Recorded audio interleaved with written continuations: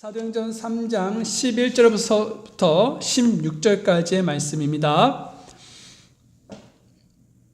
번갈아 가면서 읽겠습니다. 걷지 못하던 자가 고침을 받고 베드로와 요한을 붙드니 온 백성이 크게 놀라며 솔로몬의 주랑이라 하는 곳에 있던 그들에게로 함께 달려가니라.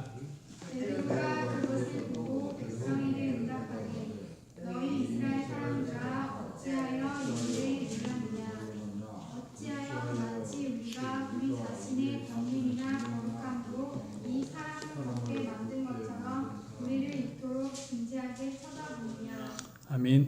아브라함과 이삭과 야곱의 하나님 곧 우리 조상들의 하나님께서 자신의 아들 예수님을 영화롭게 하셨느니라. 너희가 그분을 넘겨주었고 빌라도가 그분을 놓아주려고 결심하였을 때에 그 앞에서 그분을 부인하였으니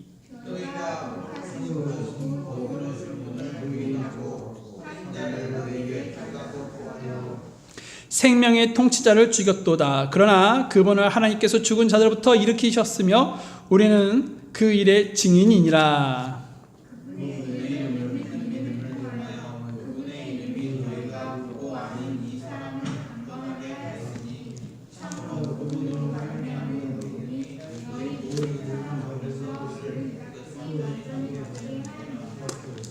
여러분 본문 11절 말씀을 보게 되면요, 걷지 못하는 자가 나오는 것을 알 수 있을 것입니다. 11절 말씀을 한번 읽겠습니다. 시작. 걷지 못하던 자가 고침을 받고 베드로와 요한을 붙드니 온 백성이 크게 놀라며 솔로몬의 주랑이라 하는 곳에 있던 그들에게로 함께 달려가니라. 네. 자, 여기서 걷지 못하는 자는 누구일까요? 네, 사도행전 3장 앞부분에 보면요, 어머니 태에서부터 걷지 못하던 자가 등장하고 있습니다. 오늘 본문에 나오는 걷지 못하는 자는요, 이 사도행전 3장 앞부분에서 나오는 걷지 못하던 자와 동일한 인물이라는 것이죠. 걷지 못하던 자는요, 40년 동안 단 한 번도 걷지 못했었습니다. 어떻게 알 수 있습니까? 네, 사도행전 4장 22절 말씀을 보게 되면 그의 나이가 40살이 넘었다라는 것을 알 수 있기 때문이라는 것이지요. 그는 40년 동안 절망과 좌절 속에서 살아가고 있었습니다. 어떻게 보면 삶의 의욕조차 없었던 사람이었다는 것이죠. 그는 자신의 힘으로 어떤 것도 할 수 없는 사람이었습니다. 단지 살아가기 위해서 성전에 기도하러 오는 이들에게 손을 내밀어 구걸하는 것뿐이었다는 것이죠.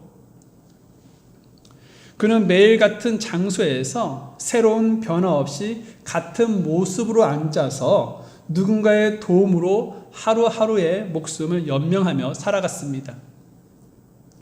그에게 꿈과 희망이라는 것은 찾아볼 수가 없었었죠. 그런데 어느 날이었습니다. 그에게 정말 놀라운 일이 일어났는데요. 그것은 무슨 일이냐면 평생 한 번도 걸어보지 못한 그가 고침을 받았다라는 것이죠.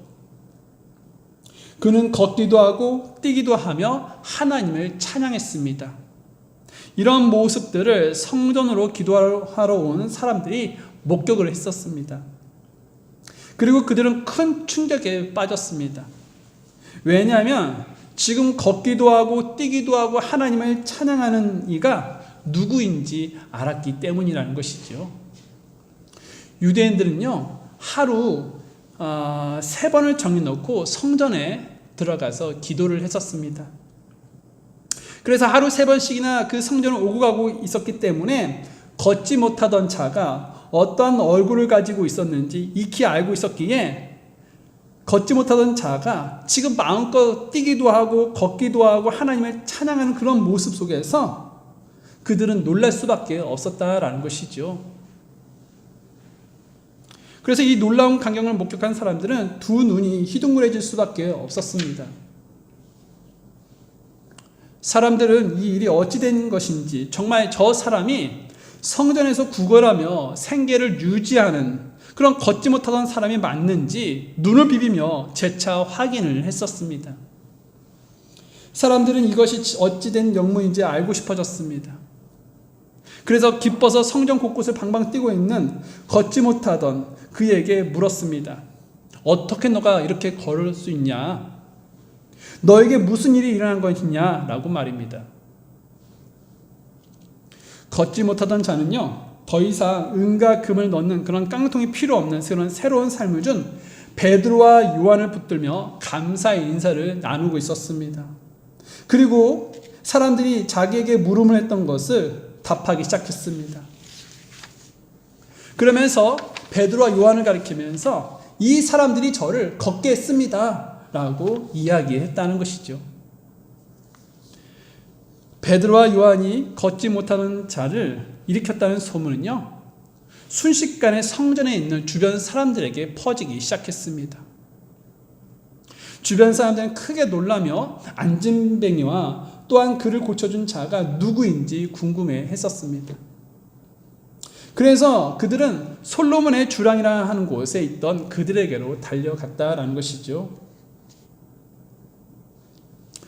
솔로몬 주랑은 유대의 랍비들이 제자들을 가르쳐준 그러한 장소로 사용되었었습니다. 위치는 성전 그런 바깥 뜰에 우측에 위치해 있었습니다. 여러분, 성전이 이렇게 네모나다라고 생각을 하시면 이 우측에 이 주랑이라는 게 있는 것입니다. 주랑이라는 것은 무엇이냐면 벽은 없어요. 벽은 없는데 여러분, 그 그리스 그런 도시에 보면 이렇게 그 기둥만 있는 그런 그림, 그런 이미지 기억나십니까? 네, 기둥만 있고 지붕만 있는 것입니다. 벽은 없어요. 그런 곳을 바로 주랑이다라고 말을 하는 것입니다. 이곳은요, 많은 사람들이 모임을 가질 수 있을 만큼 넓어서요, 예수님께서도 이곳에서 말씀을 가르치신 적이 있었습니다. 그리고 초대교회 성도들도요, 이곳에서 자주 모임을 가졌었습니다.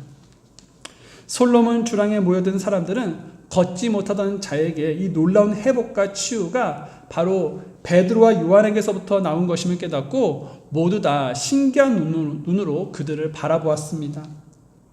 한순간에 베드로는 일약 스타가 되었던 것이죠. 여러분, 사람이라면 누구나 세상에 주목을 받고 싶어 하지요. 또 많은 사람들에게 인정받고 싶어하고 또 칭송받고 싶어 한다라는 것입니다. 이것이 솔직한 인간의 심정이죠. 그래서 성공이냐 실패냐의 기준이 다른 사람들이 인정하고 존경하느냐 그렇지 않느냐에 따라 판단하는 것이 우리가 사는 사회의 모습이라는 것입니다. 여러분, 한번 연예인들 한번 생각을 해볼까요? 지금부터 한 10년 전에요, 정상을 향해 뛰던 그런 20대의 연예인들이 잇따른 그런 자살 사건들이 있었습니다. 2005년에는요, 배우 이은주가 스스로 목숨을 끊었고요. 2007년에는요, 가수 윤희와 탤런트 정다빈이 잇따라 세상을 등졌습니다. 2008년에는 탤런트 안재환과 최진실이 스스로 목숨을 끊었고요. 2009년에는요, 탤런트 장자연과 배우 최진영이 스스로 세상을 등졌습니다. 사실 이들이 처한 환경과 자살 이유는 각기 다 달랐습니다. 하지만 한 가지 공통점이 무엇이냐? 바로 인기 하락으로 인한 그런 스트레스를 갖고 있었다라는 것이죠. 연예인들은요, 대중들의 박수갈채와 사랑과 인기에 이렇게 목숨을 걸고 살아갑니다. 그 인기가 무엇입니까? 바로 알아주고 박수 쳐주고 존경하는 것이죠. 이것이 성공이라 생각을 하는 것이죠. 그러나 여러분, 우리가 조심을 해야겠습니다. 왜냐하면 사탄은 끊임없이 인기라는 무기를 사용하고 있기 때문이라는 것이죠. 여러분, 아담의 아내 이브가요, 사탄의 유혹에 넘어간 이유가 무엇입니까? 너가 그것을 먹는 날에 하나님과 같아진다는 그러한 유혹에 혹하여서 선악과를 따먹고 말았다는 것입니다. 하나님과 같아진다는 말은 무슨 말입니까? 바로 하나님과 맞먹게 된다라는 것이죠. 창조물들이 너를 주목하게 될 것이라고, 너가 최정상의 인기를 얻게 될 것이라고 이렇게 사탄은 이브를 속였던 것입니다. 그 속임에 이브는 넘어간 것이고요. 또 여러분, 이스라엘 첫 번째 왕 사울이 왜 사탄의 꼬임에 넘어가서 다윗을 죽이려고 했었습니까? 사울이 죽인 자는 수천이요 다윗이 죽인 자는 수만이로다라는 여인들의 노래를 듣고요, 다윗의 인기는 급등하는 반면에 자신의 인기는 하락하고 있었기 때문이라는 것이죠. 그때부터 사울은요 다윗을 죽이려고 했다라는 것입니다. 또 여러분, 40일 금식 기도하고 계신 예수님께 사탄이 무엇을 시험했습니까? 돌을 빵으로 만들어서 먹으라고 시험했다라는 것이죠. 두 번째 시험은 무엇이었습니까? 성전 꼭대기에서 뛰어내리라라는 시험이었습니다. 만약 예수님께서 다치지 않고 안전하다고 하면 사람들이 저분이 진짜 메시아이시구나 라고 생각하면서 인기가 올라가고 유명하게 될 것이라는 것이죠. 그러면서 예수님께서 사역하실 때에 별로 어려움 없이 쉽게 사역할 수 있게 될 것이라는 그런 유혹을 이 사탄은 했다라는 것입니다. 여러분, 이와 같이 사탄은요 우리를요 높이려고 하고 또 인기를 얻게 하려고 하고 있다는 것이죠. 사람들에게 주목을 받게 하려고 노력하고 있다는 것입니다. 그래서 우리는요 사탄의 무기인 인기 같은 것을 조심해야 한다는 것이죠. 교회를 섬기다가요 시험 드는 경우가 있을 것입니다. 시험 드는 여러 이유 중에요 가장 큰 이유는 사람들이 알아주지 않는다는 것에 있다는 것이죠.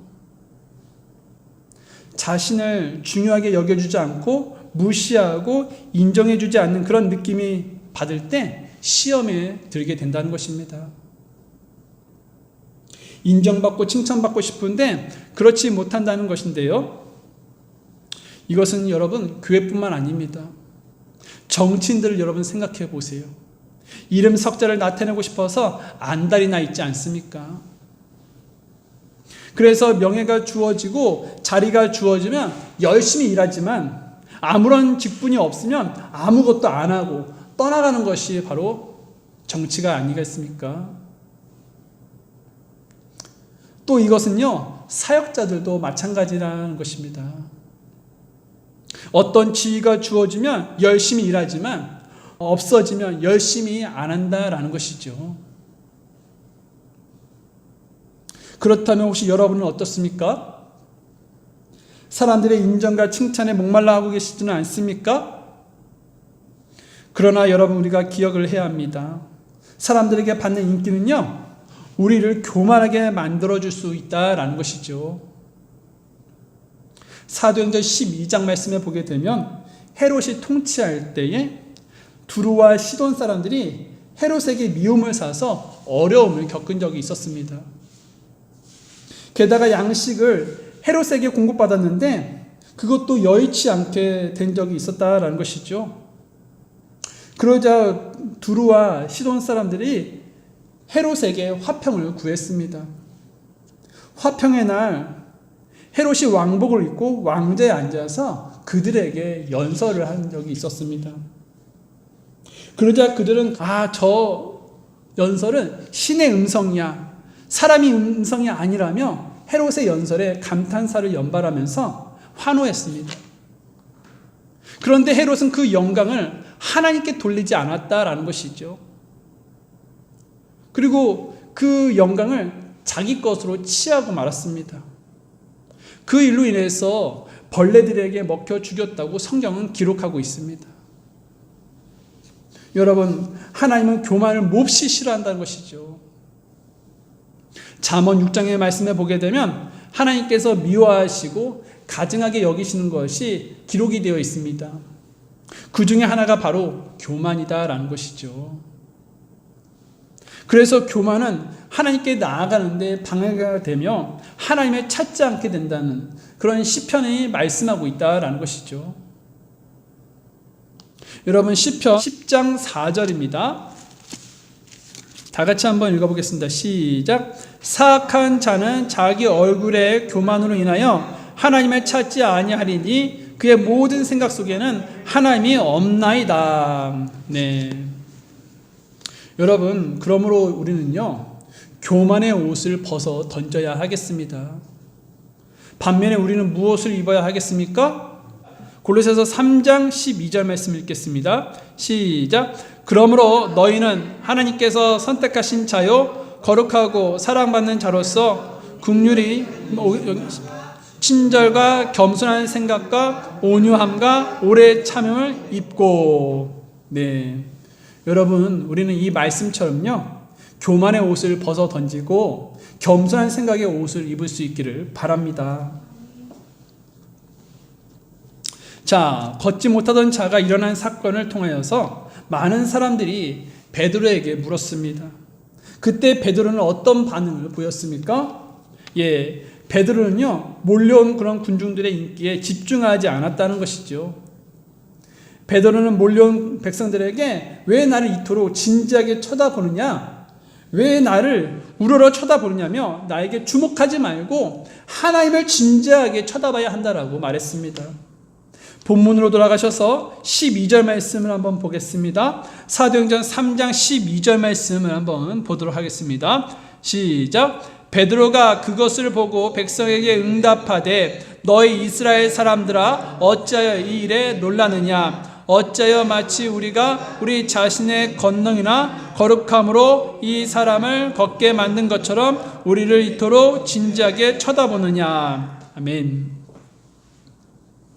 여러분, 사실 하나님의 권능을 통해서요, 걷지 못하던 자가 일어난 것은요, 맞지만 만약에 베드로와 요한이 없었다라고 생각해 보십시오.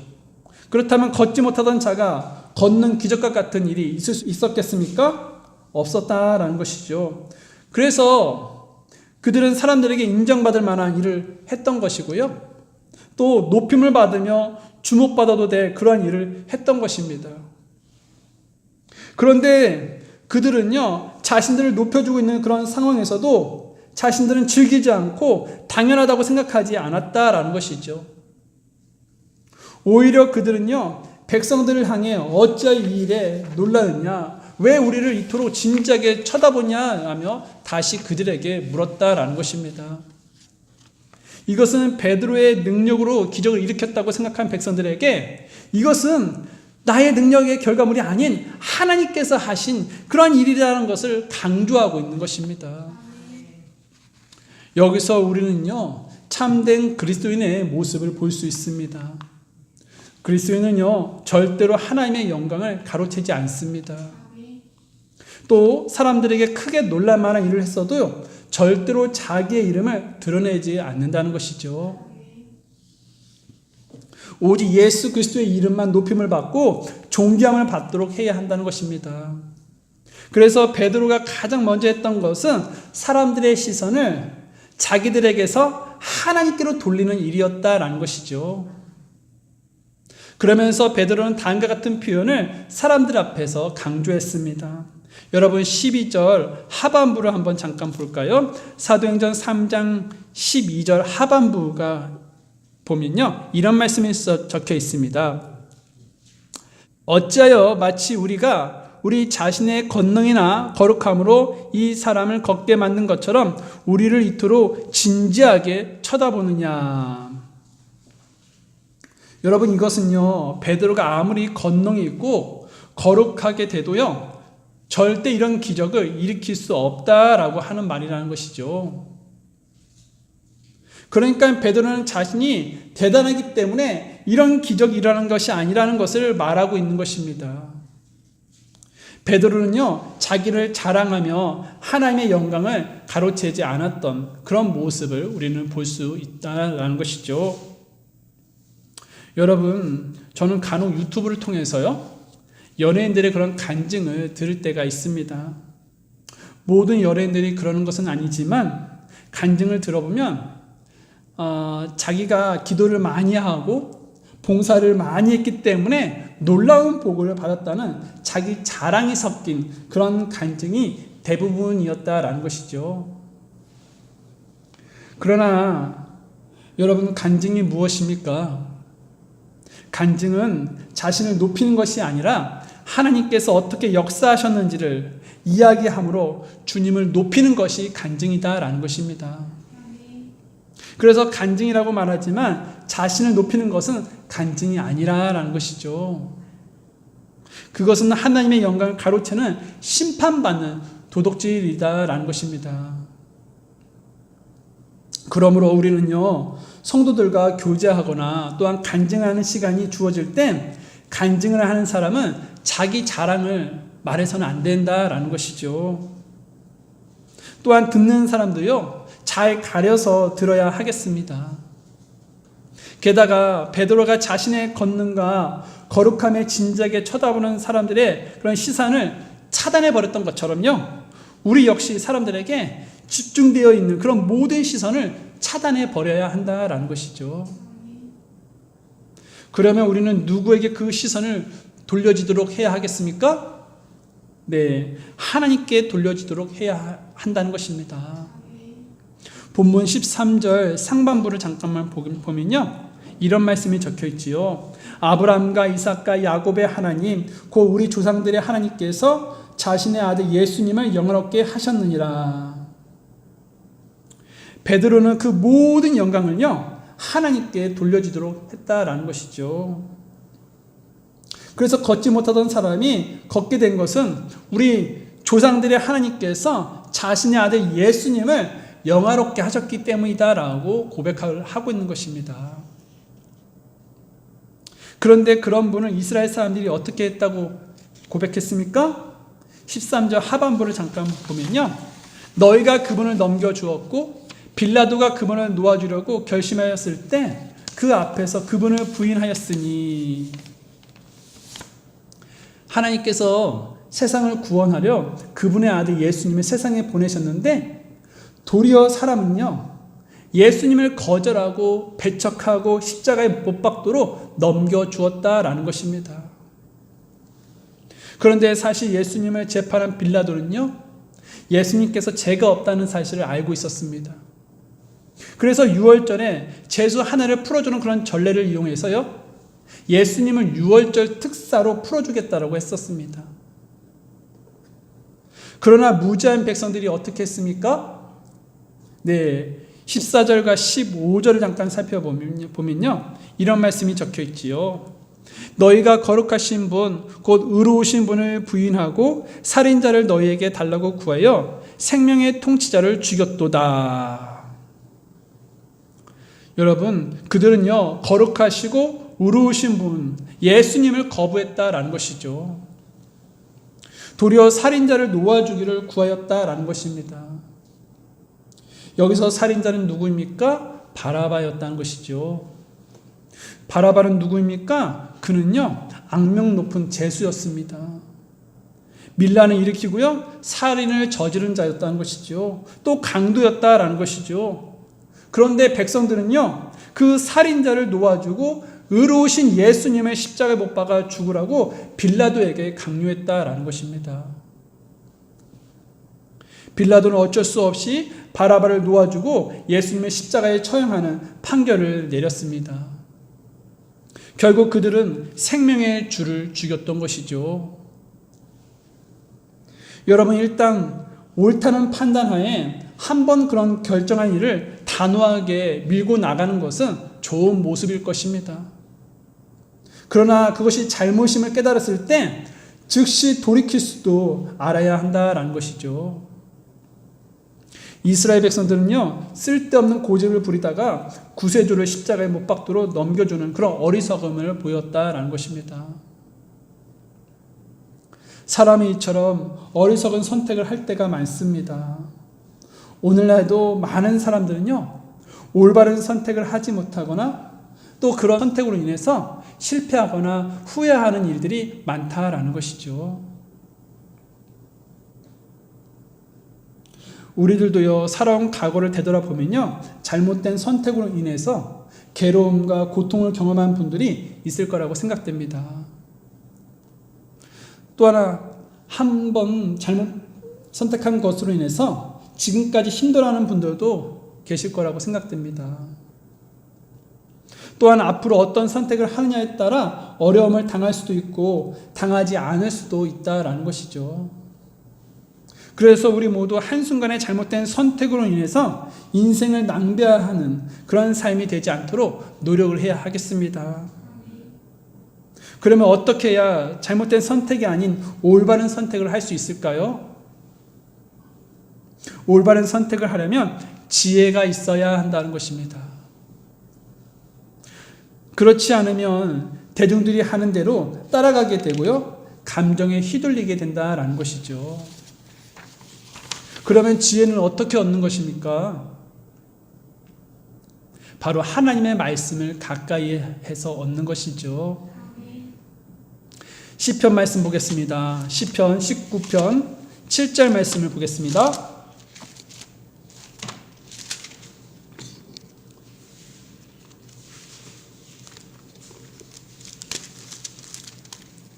시편 19편 7절 말씀입니다.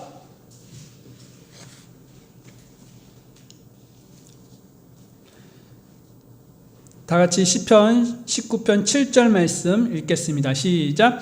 주의 율법은 완전하여 혼을 회심시키고 주의 증언은 확실하여 단순한 자를 지혜롭게 하며.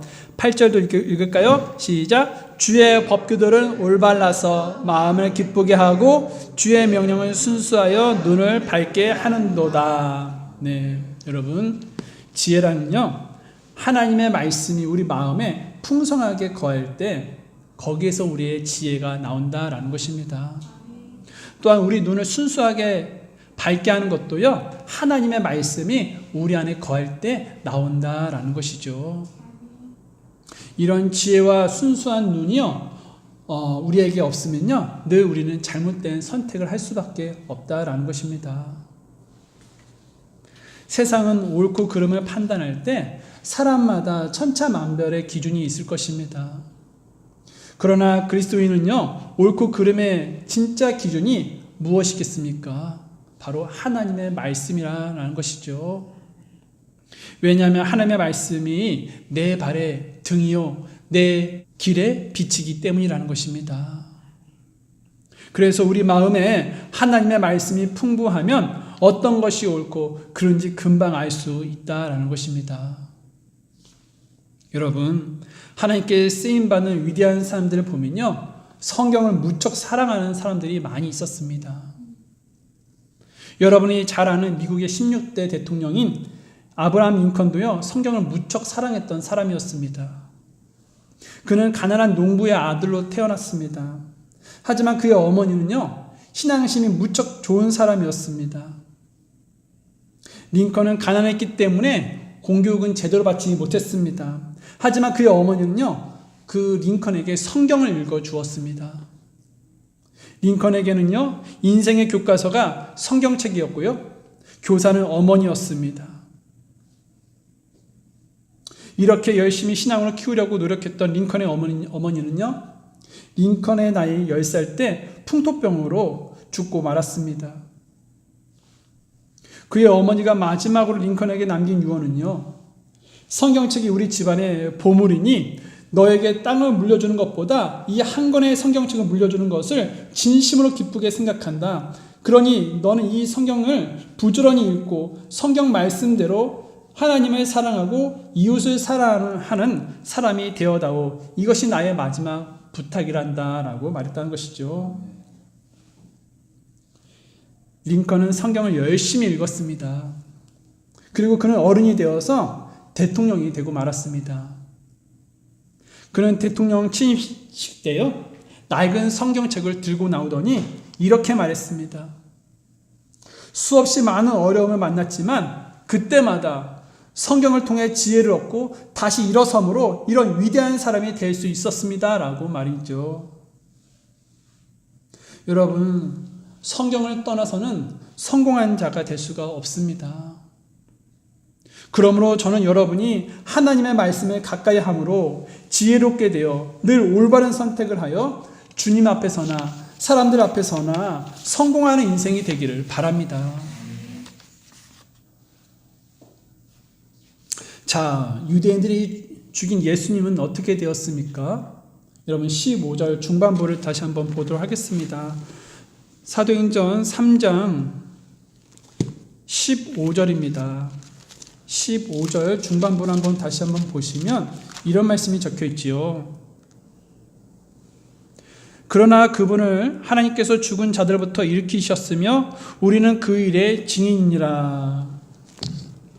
하나님께서 그들이 죽인 예수님을 죽은 자들로부터 어떻게 했습니까? 일으켜 주셨다라는 것이죠. 사도들은 이 일의 증인들이었습니다. 그러면 그들이 죽인 예수님을 하나님께서 일으키셨다는 것은 무엇을 의미합니까? 네, 예수님께서 죄와 사망의 권세를 이기신 그런 생명의 주이심을 입증해 주신 것입니다. 이로 말미암아 우리는요, 그리스도 안에서 죄에 대해서 죽게 되는 것이고요. 또 반면에요, 우리는 의로운 자로 살 수 있게 되었다라는 것이죠. 자, 그리고 이제 마지막으로 베드로는요, 다음과 같은 말을 했다라는 것이지요. 16절 말씀을 우리 다 같이 한번 읽어보겠습니다. 시작. 그분의 이름을 믿는 믿음을 통하여 그분의 이름이 너희가 보고 아는 이 사람을 강건하게 하였으니 참으로 그분으로 말미암은 믿음이 너희 모든 사람 앞에서 그를 이같이 완전히 낫게 하였느니라. 네, 베드로는요, 예수님께서 살아계시고 지금도 자기들과 함께 계시는 그러한 생명의 하나님이심을 확신하고 있었던 것입니다. 지금도 그 이름으로 역사하시고 병든 인생들을 치료해 주시는 그런 주님이심을 믿고 의심치 않았다라는 것이죠. 그 예수님의 권능과 권세로 걷지 못하던 자가 완전히 낫게 되었다라고 베드로는 말했습니다. 여러분, 우리가 사모하고 기대하고 의지할 것이 무엇입니까? 바로 예수 그리스도이시라는 것이죠. 오직 예수 그리스도로 말미암아 믿음만이 우리를 새롭게 한다라는 것입니다. 이 사실을 우리는 잘 기억하면서 때때로 예수님이 아닌 다른 사람에게서 또 다른 방법으로 해결받기를 원하지 마시고요, 예수 그리스도의 이름을 믿는 믿음을 가지고 승리할 수 있기를 바랍니다. 우리 모두 자리에서 일어나겠습니다. 저는 여러분을 주님께로 초청합니다. 사람은 누구나 인정을 받고 싶어 합니다. 사람은 인정받지 못할 때 고통을 호소하지요. 특히 상대로부터 비난이나 조롱, 무시 등을 받을 때요, 그 고통은요, 단순히 기분 전환으로 극복할 수 있는 그런 고통에 가깝다라는 것이죠. 반면 상대로부터 인정을 받을 때 그 기분은 말로 표현할 수 없을 정도로 기분을 좋게 한다라는 것이죠. 그래서 마귀는 이것을 이용하여 인기를 얻게 하고 높아지게 하고 교만하도록 만들어버린다라는 것입니다. 혹시 여러분은요, 사람들의 인정과 칭찬에 목말라 하고 계시지는 않습니까? 그러나 여러분 기억하십시오. 이것을 추구하다 보면요, 우리 자체가 교만하게 될 수 있다라는 것이죠. 여러분, 하나님은 교만을 몹시 싫어하십니다. 혹시 사람들이 여러분을 우러러 쳐다볼 때 그 영광을 우리는 누구에게 돌려야 하겠습니까? 바로 하나님께 돌려야 한다는 것이죠. 간혹 그런 영광을 나에게 돌리려고 하는 자들은요, 하나님의 영광을 가로채는 그런 도둑질을 하고 있는 것입니다. 그것은 큰 죄라는 것이죠. 여러분, 교만은 하나님께서 가증하다라고 말씀하셨습니다. 가증이 무엇입니까? 네, 부패하다는 것이죠. 썩었다는 것이죠. 그 정도로 하나님은요, 이 교만을 싫어하신다는 것입니다. 우리 안에 교만한 그런 마음과 생각을 갖고 있다면 이 시간에 주님 앞에 주님, 제가 교만했습니다. 겸손한 생각을 갖도록 허락하여 주시길 원합니다 라고 고백하며 여러분의 그런 삶을 되돌아보고 또한 여러분의 삶에 제약된 길에서 돌이킬 수 있는 그런 삶을 살 수 있기를 바랍니다. 이 시간에 주님 앞에 기도하는 시간을 갖도록 하겠습니다. 기도하겠습니다.